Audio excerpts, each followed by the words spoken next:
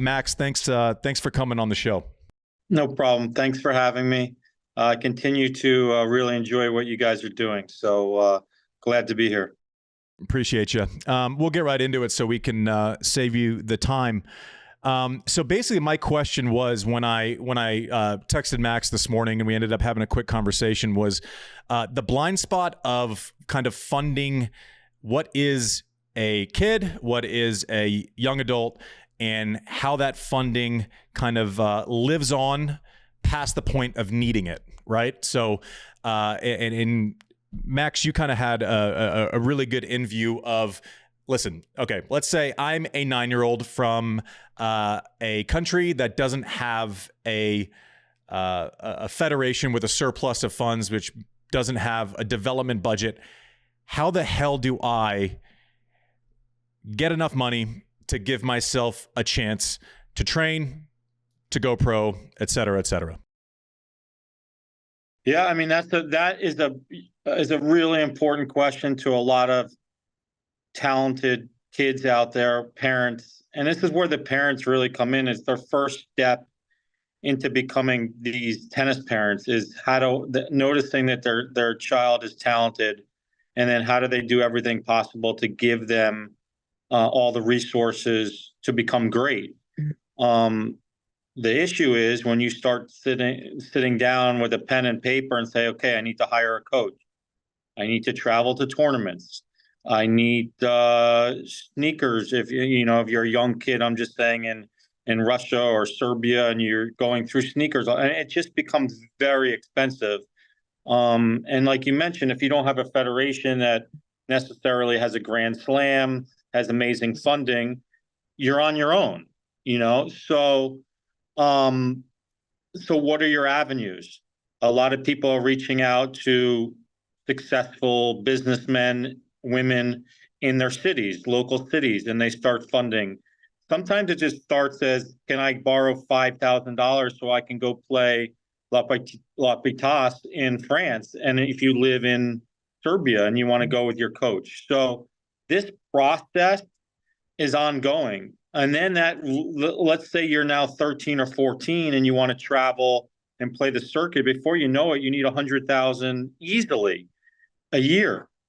And you can, and it can even be more. So sometimes it's you're finding rich individuals that love tennis, that want to help somebody, and you're putting, an investment agreement together. I've seen agreements where people are so desperate, they need the money, and, they're giving sometimes 20% of their prize money forever. Those are the sad cases. Then we've seen sad cases where people maybe put up 300,000-400,000 a year over their whole career, and nobody's looking at those agreements. Their parents are just so desperate. And then all of a sudden the player becomes top 10 in the world, and they're still giving back money. And the times that we've encountered that, you have to go in and unwind it and then get the lawyers involved. And usually a court is not going to hold that up because those agreements were signed when they're very young. But you find yourself in very tough positions. And I'm telling you, top players that everybody that knows has gone through these type of things. I would say it'll easily 70% of the draws at the French Open players have had some sort of funding, some sort of having to pay back. The normal is somebody gives you the money. When you become top 50 in the world, it triggers a percentage of prize money to pay that person back. Then that person can make a little bit more money, and then hopefully that person is out of your life. You've seen sometimes where this person is very wealthy, and then you make it and they're so happy and they waive it and you don't have to pay it back. But it's a very expensive sport, and as you even get older and you start playing ITFs, you played the ITFs, so you can look back how many tournaments you're playing a year, traveling to Australia, traveling here, traveling there. You want to add a physio, it just becomes very expensive. So this is something that, and the parents, they're usually the ones hustling and making this all possible to give their kids an opportunity to play tennis at the highest levels. So we hear, by the way, the 70% estimate for people in the Roland Garros draw who have gone through this kind of, buy now, pay later type situation is stunning. What role specifically do agencies play in this? And is it most of the time, how often are you on the front end of this funding? Because I feel a lot better if you're involved in it, because you don't need the money yesterday versus, someone who's opportunistic. So how often are you involved on the front end when recruiting someone, and how often is an absolute nightmare with unwinding these things kind of retroactively? It's no secret. I think we touched on it on last time we spoke. We are signing young players, and when we're signing the young players, the first thing we're doing is putting the funding together. Okay. And maybe a little of that comes from IMG, and we do have a little, kind of fund mechanism for us that we're willing to invest, but it's certainly not enough money to make it all work. Then we have to go to the clothing companies and the racket companies and say, hey, this is a great young player. Can you do a deal now with the player? And what we do is we waive all of our commission on all the deals we do for our young players, because they need that money. We don't need a percentage of that money to keep our lights on. That's one of the benefits of us. All the money that we negotiate on a racket deal, a clothing deal, all go to the player. We don't touch any of that. So you get a little bit of money from IMG, you get a little bit of money. I'm making it up from Nike. Nike's very good at also stepping up and investing in these players. And listen, at the same time, they also get the first right of refusal. So they're controlling as the player becomes good. They have that first right. So they're not just being a charity. But, so then you get a little IMG, you get a little Nike, you get a little racket deal, and you add it all up, and hopefully you can get yourself to like $100,000, somewhere around that part. And if the player's young enough, we say to the parents, okay, like, we got to try to save some of this money because it's only going to get expensive. And we spend a lot of time, Andy, energy, effort on trying to, when we believe in a player, putting this together with a long path of saying, okay, and then you're hammering the academies, right? Like, where do we send them to the academy where the academy can train them for free?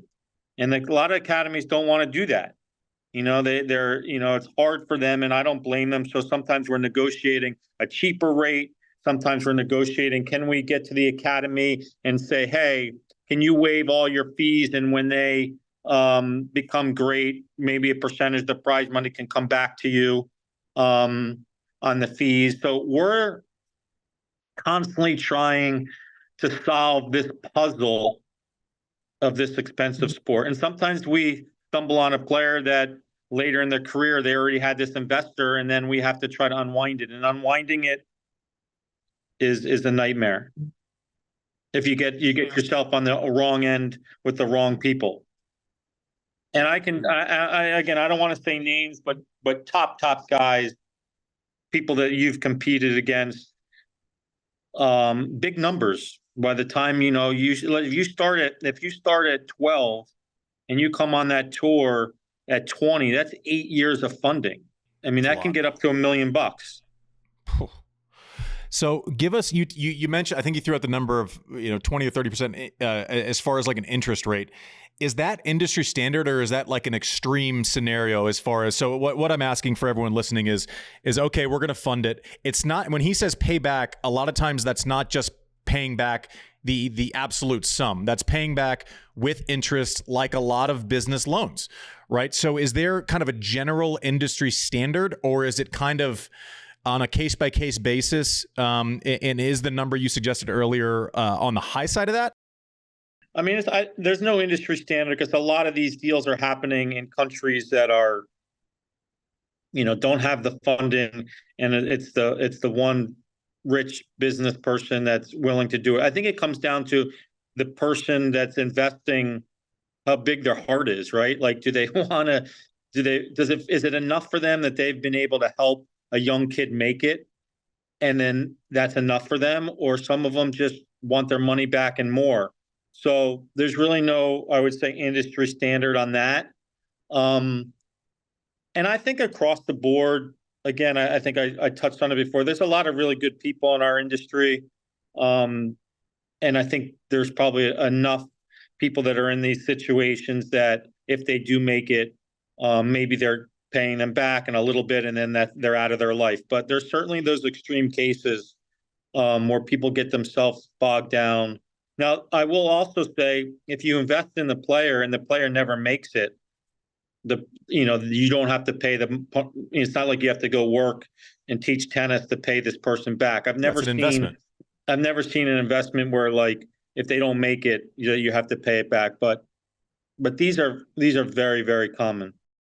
So you mentioned that in deals that you've seen, that you've negotiated, at a certain point, like, you don't need, IMG doesn't need, the $2,500 commission from, a clothing company, that when someone's building. Is how much of that is altruism, and how much of that is basically, let's maintain great relationships. We're in the relationship business. We don't need it now, but we'd love to represent you for 8 years past what we currently have contracted. I mean, I think it's just smart, and they need it. And Alcaraz won this year. We started working when he was 12 years old, and we didn't make a penny off him for 7 years, and I think we're going to be okay about it. Yeah, I'd say that you're going to be just fine. As far as these deals go, and kind of these funding sources, what have the major changes been in the structure of these deals from the 80s, and kind of players finding their way to Bollettieri's, and versus now, and as these deals are structured, are they pretty much the same, or in general premise, or has there been any sort of major change or any major hack to make it more beneficial either way? I don't think there's been much changes in it. Again, if you have a young player that has an agent, and it doesn't have to be IMG, any other agents in your life, then there's an investor. When you have somebody that knows what they're doing, you're controlling the situation and being able to tell the investor, hey, this is how it's going to work. A lot of times the investor, if you get this right person that just has a big heart and wants to help, at the end of the day, sometimes they just want to be able to sit in the player box. I mean, that's the ultimate investor, right? The guy that just wants to be around for the ride, sit in the player box, tell all his friends that I helped this person. And there's those people out there.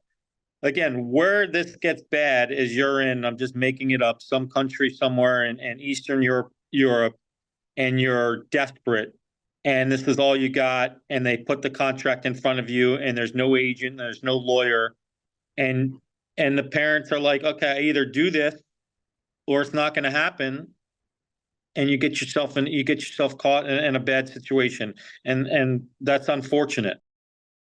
Now, if that deal is made, is it fair to unwind it if everyone was eyes wide open, even though it was, it was basically the least shitty of the option available, but still necessary? I mean, listen, I can't believe that anybody, if you put up X amount of dollars and then you got paid back and then you made some more money, nobody should be paying percentage of your prize money for life. Perpetuity, yeah. I don't believe in that. And I don't think a court would believe in that either. Talk to me about how much of a role does not and again, not specific to anyone you've worked with, just kind of generally, you'd be smarter about this than I would. How involved are people in budgeting for, I'm not saying once Maria makes it, because, like, I understand you've worked with, that was your first client, so maybe you don't understand and you don't work with many struggling artists, but how involved is IMG with budgeting for, when you're 150 in the world, it's not as if you could be playing second round of Wimbledon, people think you're on a certain level financially, and that level is close to zero if you're still trying to make it into the big tournaments.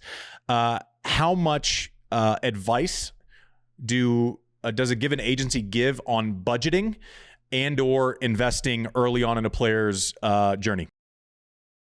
Good question. we try to make the money and not lose the money. So we're not too involved. We're not too involved in that. So what we do is we have a lot of great relationships with the financial people, tax people. And if we have a client that's starting to make it, we'll make introductions to the family to 2 or 3 different tax experts, 2 or 3 different finance people, and then let them choose who they think they're most comfortable with. And then we'll be working with them on all that budgeting and making sure, but we're not experts in that field. We're not experts in giving financial advice. We're not experts in giving investment advice. We're experts in doing great clothing deals and marketing and building brands. So we try to bring the experts in. Now, a tennis player who's traveling 30 weeks a year, earning income on, 30 different countries, that's not the typical financial person, and that's not the typical tax person. So, it's funny sometimes, someone will say, "Oh, we have a family accountant and we want them to do it." I'm like, "Okay."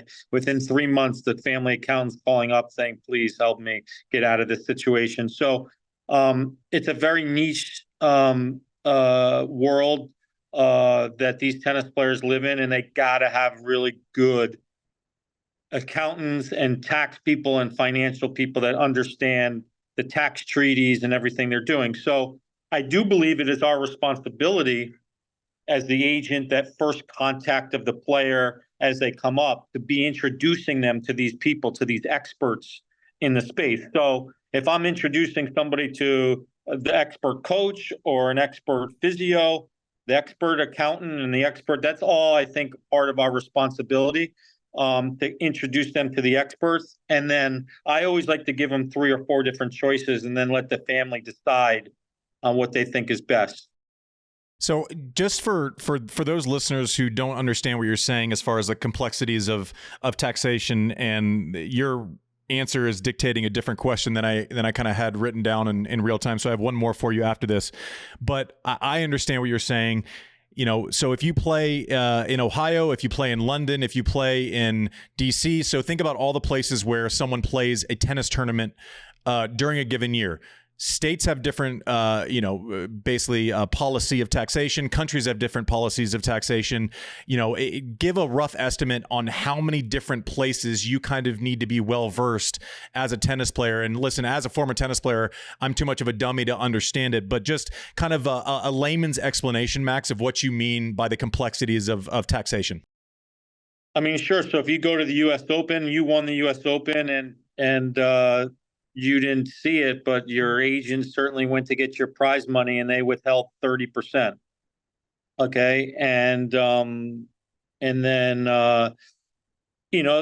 you go and you got to the finals of Wimbledon. Okay, and then they withheld money. Now there's no double tax, so your tax person needs to understand the treaties between the 2 countries. So I'm just making this up. If Wimbledon withheld 20%, when you go to pay tax on your U.S. tax return, you're not going to then pay 20% in the UK and 30% in the United States.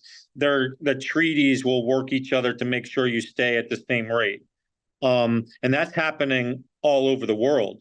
Now, if you want to get into really complex, the UK tax people are going to go after your Lacoste deal. Okay, so when you probably, maybe you don't know this, but it'll make you sad.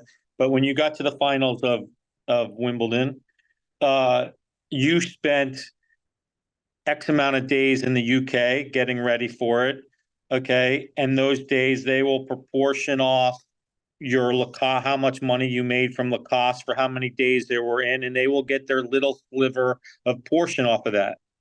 And so your tax people need to be on top of that and all that kind of stuff. So, and it's no secret why all the tennis players are living in Monte-Carlo and now Dubai. They don't pay income tax, so they're avoiding the tax on those type of endorsement stuff. But when they go into these countries, then they get withheld all the prize money. Either get withheld all the tax, so they got to pay in all the different. So I mean, you could have podcasts for hours, and maybe you want to even bring in someone who's an expert in this space, but you need really good people that are making sure. So you have a career of 15 years traveling all over the world.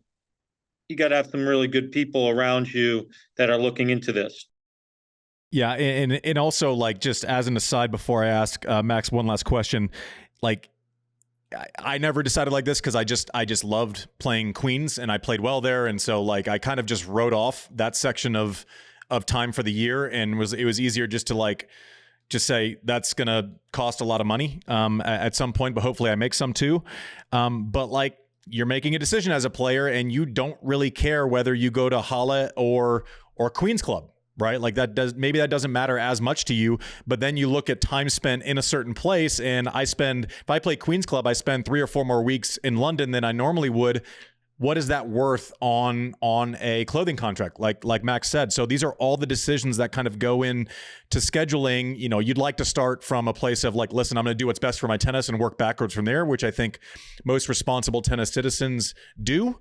But there are factors. One more thing I want to ask you. There's a reason why Fed never got ready for Wimbledon in the UK.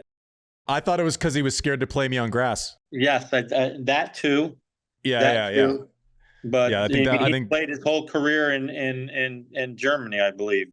Yeah, I think you're overestimating taxation for him, and I think you're underestimating his fear of me on grass courts, frankly speaking.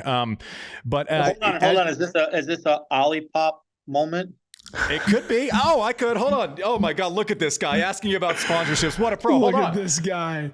Hold on. What a real team player. What are my Max. choices? Oh yes. Oh my gosh. Vintage Cola Max. Vintage God Cola. bless you. Look at this guy. What a chock full of prebiotics. Yeah, look at prebiotic daddy, producer Mike. It's Father's down in the Day. corner there. It's Father's Day, guys. You know, who doesn't like prebiotics and I low like sugar? a little root beer. You got a little root beer? I got boxes full. This one I'm going to go vintage cola. We'll send you some because I know you don't get enough free product as is. Last question that I want from you, as we appreciate the shameless Olipop reference from Max EISENBUD. When you're kind of approaching companies when you have a young player, are there companies who are, because listen, when you approach any company, it's like investing in a startup that's an idea versus a startup that has some revenue, right? So as you have a 14-year-old phenom, a Carlos Alcaraz, are there companies that you can go to that you know are more risk tolerant and can basically write off 5 years because of the upside? Do you know those 2 or 3 companies you're going to? And is it also true the other way, where basically some companies only want like a lock, stock, proven entity? Yeah, I mean, I think I mentioned it. I think Nike is definitely one of the brands that's willing to really step up. They have a whole team of scouts that are out there. And I also think, they want to control this kind of first right of refusal. So if you just look at, the generation of Fed and Nadal, Nike signed as juniors Monfils, Berdych, Nadal, Fed. I'm probably missing, but so they had. And then what happens is they come up the rankings. They start pushing into the top 10. Their deals come up. Now they have the total visibility, and they think they can say, okay, we're going to go all in on Fed and Nadal. And unfortunately, we're going to have to drop Monfils and Berdych, but they're controlling the destiny. They're controlling it. Now, that's because they made decisions when they were young to sign these young players.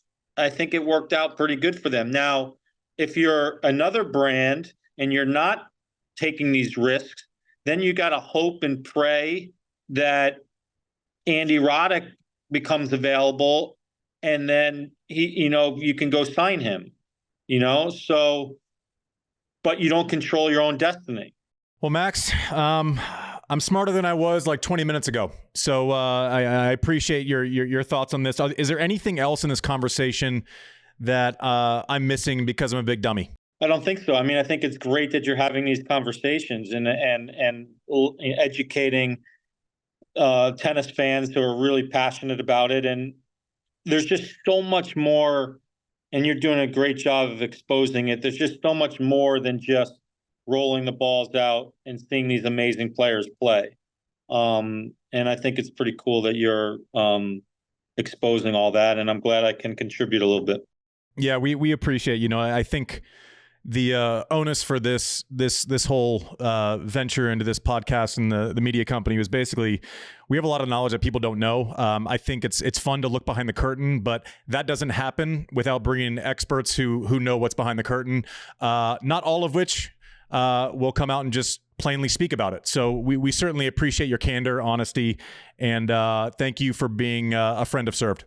I want to say one more thing. There's a lot of great careers in tennis.